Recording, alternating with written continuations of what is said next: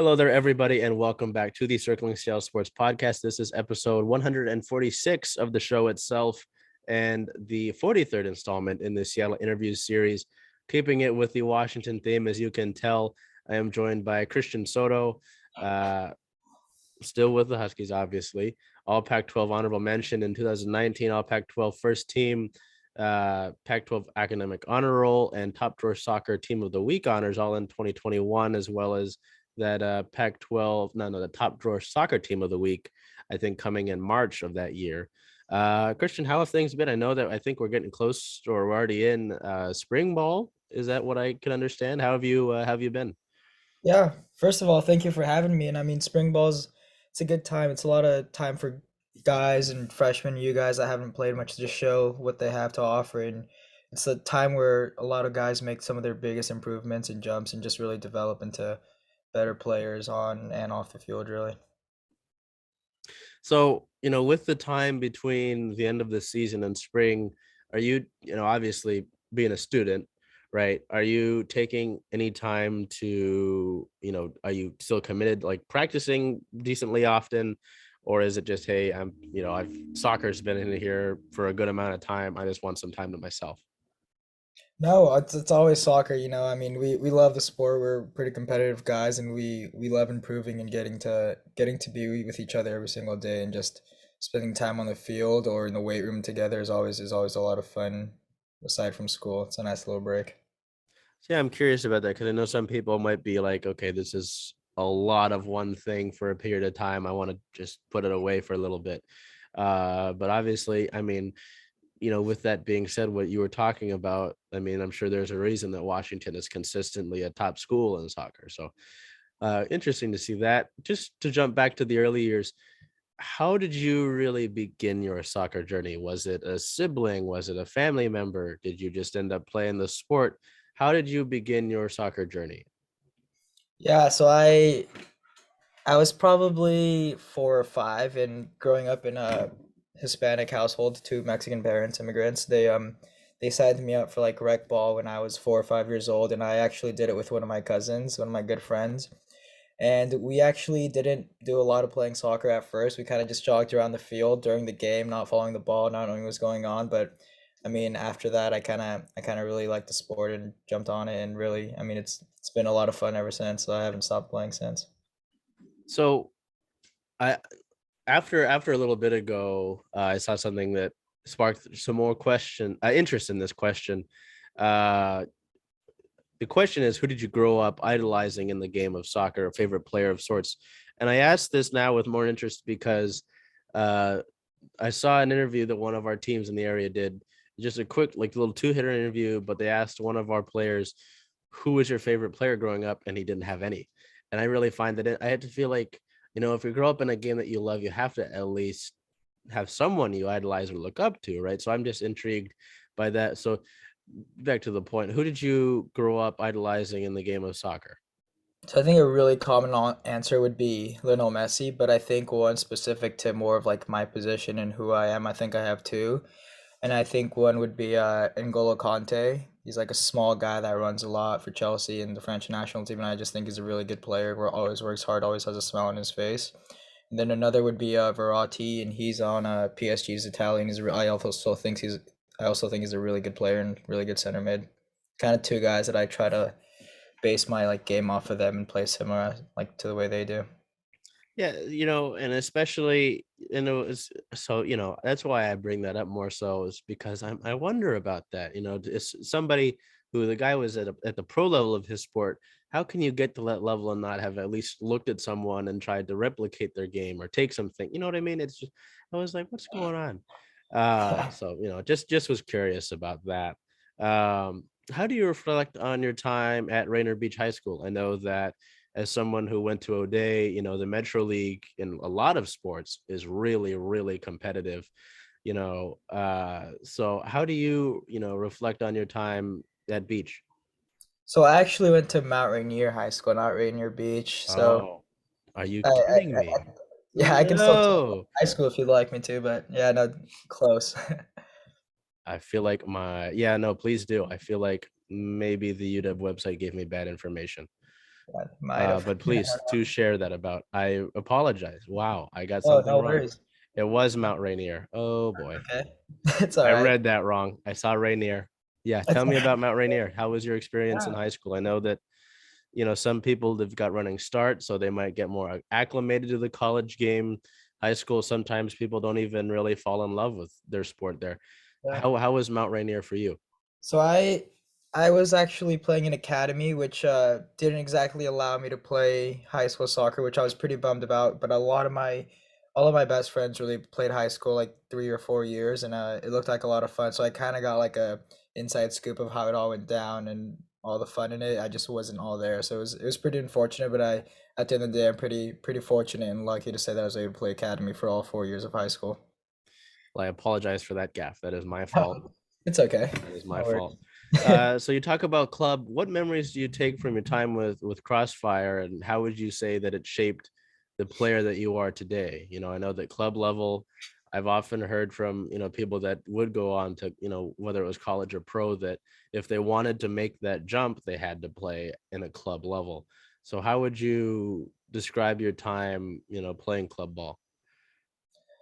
I loved it. I loved every bit of it. I mean, I like at UW, I made some of my best friends that I still like and am in touch with every day. I mean, like you've met Charlie Ostrom and Ethan Bartlett made his debut the other day, but I mean, I've made some of my just really truly like best friends, and it was a lot of fun growing up there. And I think it's like a club that really helped me develop and let me be myself, and it had like a similar like style to what I think UW is at times, just like really working hard and like persevering even things don't go your way and just always giving it your all.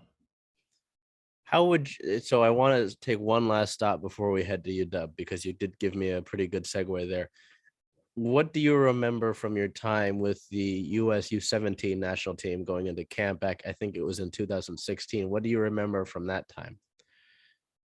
So I was there for about a week, and I just remember there's a lot of great players that are. I mean, you still see like in headlines today, and I just think I was really fortunate to be able to meet some of those guys and see where I fit in within that level in this country, playing soccer at that age, and it was just a really exciting and fun moment at the time. Did you consider that something to be like a challenge? Like, hey, I got to this, I want to, reach a certain level like that again? Or was it more so, hey, this is somewhat of a acknowledgement of the work that I've been able to put in so far?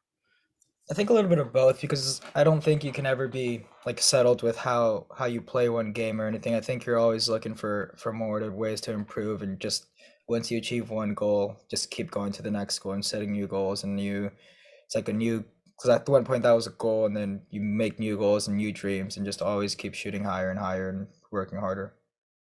So with Washington, you talk about club ball, and I know that you had a few teammates there that would join you at Washington. Was that something that you guys might have talked about? Hey, we should, I want you guys to join me there. What ultimately led to you becoming a Husky? Well, a lot of a lot of my friends went to UW, and a lot of them went to Seattle U to be Red Hawks, and I was kind of split because a lot of my best friends were older than me by a year at the time because I was a junior in high school and they were seniors, so they'd already committed, and it was evenly split like two and two, so I didn't know exactly where to go, but I think ultimately what made me go to UW was just I was really fortunate enough, and I was able to come visit and hang out with the guys a good amount and growing up, I think taking a step back from the recruiting process, growing up, I think it was always somewhere where I wanted to play, and I think it was like a dream of mine growing up, and I thought like this is truly where I want to play, and I mean the coaching staff and the team, you can just tell there's a unique bond within everyone in that locker room, and it's an exciting thing to see as like being high school and being recruited. How do you reflect on your freshman year? I mean, 2019, the year before, a lot of things changed. You were an all Pac-12 honorable mention that year, one of the 5 players who appear in all 21 matches. You know, I know that freshman year in general can be a pretty daunting thing. How did you approach it, and how do you look back on it? It feels like a long time ago now, huh? No, it was a lot of fun. I mean, coming in out of high school in the summer, just starting workouts, just always having that mentality of like, hey, I wanna do something here. I wanna get minutes. I wanna see the field, and I wanna ultimately help the team. And it was just I don't know. It's like indescribable to see. You're like to just like look back and describe how close like the team is and how welcoming everyone is, because it's not always going to be easy coming in as a freshman. There's like 2 weeks of training before the first like game, so just being able to connect with those guys so quick and so instantly and easy was something that definitely helped a lot. So, we look at the spring 21 season was a pretty solid season by any accounts. I mean, I feel like though the NCAA tournament is kind of like expectation almost, or something that's like always like a step in the road for you guys. But looking at the 2000 the last season's team, the 2021 team, how do you reflect on that season? I mean, there was a lot of talent all over the board, a lot of guys that have now moved on to the MLS level. And still a lot of talent, still at UW. How do you look at that team? What made that locker room special? I think the leadership in that locker room, we had guys like Ryan Saylor and he Lucas Meek, and those two guys were guys that didn't always play a lot at first when they first got here. And I mean, Saylor's really like first year playing a whole lot of minutes, and I think he was just always so welcoming to everyone, and then everyone was able to be so comfortable and just like really form this brotherhood within each other. And I think we had this like saying after every game in the tournament, and it was like one more game, or like let's just maximize our time together. And I mean, ultimately that's what we did, and that was the goal all along, to just maximize our time together before our season was over, because we just wanted to keep spending time with each other. Do you have uh, a favorite game from that last season? Because I mean, at least the one that sticks out the most to me was that win over St. Louis here at UW. The crowd was insane. Obviously the weather wasn't ideal. With I think the kickoff actually got pushed back, if I remember correctly. I think it might Uh, have, yeah. they had to deal Yeah. with the conditions. Uh, I mean, are you able to pick one of those, or was it just that was a special season and you just like to look at it in the full regard? Certainly a special season, but I think if I had to pick out one or two games, I don't know if I could decide between St. Louis or Georgetown, just because St. Louis, like, it's a home game. We have the fans, and it feels like we have the whole city and state really behind us, and we have the support. And I mean, for me personally, it was probably my fifth or sixth. I think it was my sixth quarterfinal, and I up until then I hadn't won a quarterfinal, so I finally got over that hump, and I was just Charlie Ostrom had been with me through a lot of those. So when we finally did it together, it was an awesome feeling. And then later on to the Georgetown game, it was just an unreal game. We had our whole like families and friends like fly out to North Carolina and watch us play in that semifinal game, and we just it was impossible to lose without them, or with because of them we were able to win, and it was wouldn't have been able to do it without them. Now, this is obviously at your discretion because I know it wasn't the easiest thing. Do you want to reflect on the title game at all? Obviously, reaching a national championship is a right of its own, right? I mean, going across the tournament itself and UW sticking in as, I think 1 and 2 all season, right? As ranked. Uh, I mean, are you able to reflect on that at all, or is it still kind of, something that's a tougher pill to swallow?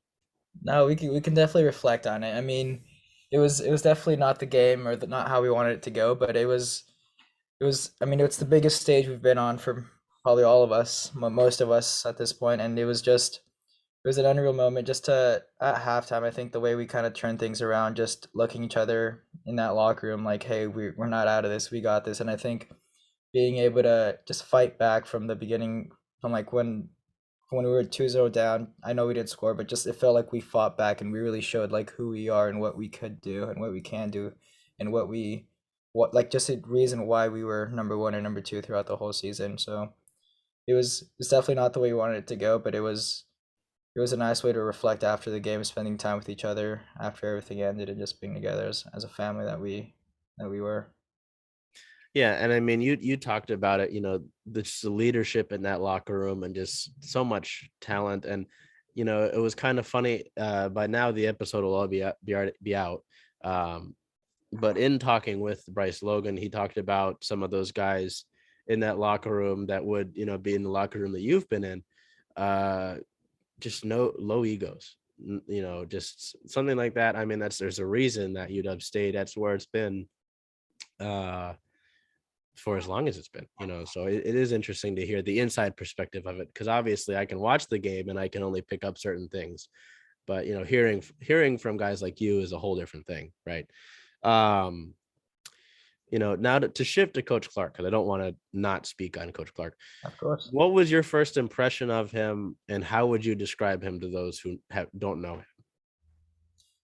Oh wow, he's a great coach. I think he's a really smart guy, and I think something that makes him so special is his ability to bond with the players and be so understanding as a coach, whether it's school, soccer, just life in general. I feel like you can talk to him about anything, and he's just really a great coach all around, and I'm really thankful. And I mean, it played a huge decision, like we talked about earlier, about why I came to UW, because I mean, I think it was ultimately the greatest choice I've made, and I think it was a successful one. I think he pushes us to be better, and he has a filter of being so calm, yet he still pushes us to be better every single day, and I think that's what we need in a coach. What can you say about those two teammates from Crossfire that joined you at UW? Obviously, Ethan, like you were talking about, making his debut with the Dynamo just the other day, I believe. Yeah, And then Charlie, who has had great time at UW. It was really funny. I remember there was that St. Louis game, and everybody rushed the field. And technically, as a media member, I don't know if I was supposed to, but I was like, "Hey, man, I don't know when I'm gonna get this chance again." So I walked down there and I said hi to Charlie and Dylan, because I had met them in person. I had done the interview with Charlie, and we were working on it with Dylan. So I went up to say hi to everybody, and it was a lot of fun. And by all accounts, Charlie's been a great supporter of the show, even at long after our interview has been done. What can you say about those two, friendship wise for you? Because obviously, going back to Crossfire, you've known them for a decent amount of time, and just your time with them at UW. yeah. I mean, I'll touch on Charlie, then I'll go to Dylan for next. But Charlie just one of my best friends since I was a freshman in high school. He's one of the older guys in the academy, and he was a sophomore and I was a freshman, and he was really welcoming and always giving advice like how things would go on trips and how to play, like always positive feedback. And he was always someone that will be competitive and will push you to be better and just better yourself every single day, whether it's on the field or off the field, in school, in the classroom, anything really. So I was really fortunate to have met him and just make him like one of my best friends and be so close to him. And then to Dylan, he was on Sounders, so we were rivals, the crosstown rivalry. He was on Sounders, and we definitely didn't like each other then, but we always had a respect for him because I knew he was a great player. And once I came to UW and started like training, like we clicked, but like good friends. He was in the business school, and I'm also in the business school, so that was something we could both talk about, and I can ask for advice. And he was also just a great leader, advising me on what to do in the classroom and on the field, like Charlie was. I think that's just something that a lot of the guys here have really done a great job of doing for the younger guys. So, with that being said, I want to take a quick touch actually before I circle back to Ethan. Uh, what ultimately inspired you to get into the business school? Was it because I know that's not an easy feat, right? I mean, is there something in particular that you're chasing after? Was it something that you've looked at for a while, or is it more a challenge for yourself, coming into UW here? Yeah, so I was actually very fortunate. I got direct admit straight out of high school, and I in high school I took IB classes and I took business classes, and it was of all the classes that I took, those were the like I wasn't a huge math guy. I know business there's like math classes, but it's not to that extent. And I was like, I think business is like what I really enjoy doing, and I'm actually planning on double majoring in information systems and marketing. So Because I wonder about that, because I know I've had friends who try to get into the school of business, and I know it's not an easy thing to do. So just curious about that, and what you want to take that to, whenever you're finished with that, because I think you talked about Dylan. I think he wrapped up with business shortly before he signed his homegrown with the Sounders, which I mean, and any level to not only be here and be a student, but also to be dealing with the school of business, as well as being a student athlete. So it's really, I mean, the workload itself is just, I can only imagine. uh you know so to circle back to Ethan, what can you reflect on Ethan Bartlow, and what you might remember from him? I I remember meeting him, I think, in seventh grade in the pre-academy. Wow. So we go way back, even farther than seventh or eighth Wow. grade, way back then, a little couple years after Charlie. And as you can tell, after all those years, you get pretty close with someone. So he's been another great friend of mine. I mean, we still keep in touch pretty occasionally, and I just remember him always trying to like get better. And he'd be the guy that would always want to train and call like, "Hey, what are you doing?" Or even if it's not soccer, just you want to hang out, and just a really great friend all around. So and then this is one of the I guess less important ones. Uh, what do you have a favorite goal that you've scored? Because I know in looking through them, you have a bicycle kick goal, if I can remember correctly. I mean, just because of the sheer effort that takes, would that be a favorite one, or is there one that I guess holds more importance to you? I think I think the bicycle kick might it will definitely be number one, just because it's a crosstown rivalry, Seattle U, and I don't know what I was thinking, but I attempted it and it paid off. So I think it's definitely my favorite goal. I had another goal in the tournament against GCU, left-footed volley at the top of the box. That would probably come a close second, but I think for the time being it'll stay at number one, that bicycle kick. So, I mean, I'm interested because I know, like in basketball, certain people have the green light to take certain types of shots, right? Were you talked to after that? Just like, hey, I know it paid off, but I don't know if you want, or were you? Is there any? Was there any relevant conversation about that kick? No, nothing like that. I think we always have the green light to be creative in the box and around goal, and I think that's like Jamie's really good about and just being so understanding. And I think a shot on goal is, I mean, who knew if I was gonna hit it on goal or not, but I think just being creative around the box is something that we'll always have the green light for, and just getting the shot off goal, on goal. So, we look at it coming off a big season, and I mean for years now, coming out of UW being in the tournaments. What are, I guess, you most excited for this upcoming season? Is it, having some of these guys return? Is it just getting back out there on the field again? Is it trying to, redeem unfinished business? What is Christian looking forward to when it comes up to this 2022 season? Or is it just kind of getting back to playing again?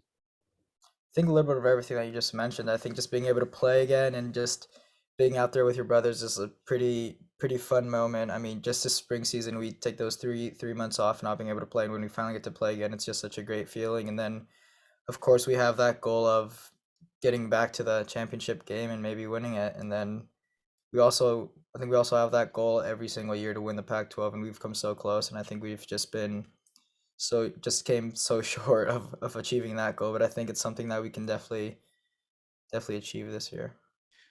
I like that you touched on that because I know that Oregon State was kind of hanging around and being pesky kind of all season. Uh, can you reflect on some of those games? Because I know some of those were really, I think most of them were really tight games, and Oregon State kind of kept pace the entire season. What do you remember from some of those matches and just competing with that Beavers team this year?